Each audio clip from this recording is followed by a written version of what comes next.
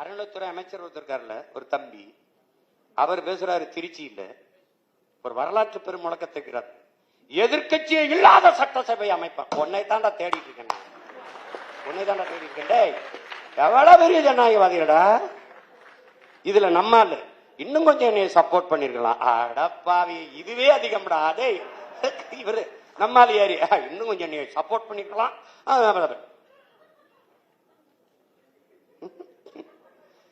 கொடுமடே, political disaster நடந்துருச்சு, அரசியல் பேரிடர். அத மக்களை அனுபவிச்சுக்கிற வேண்டியதுதான்.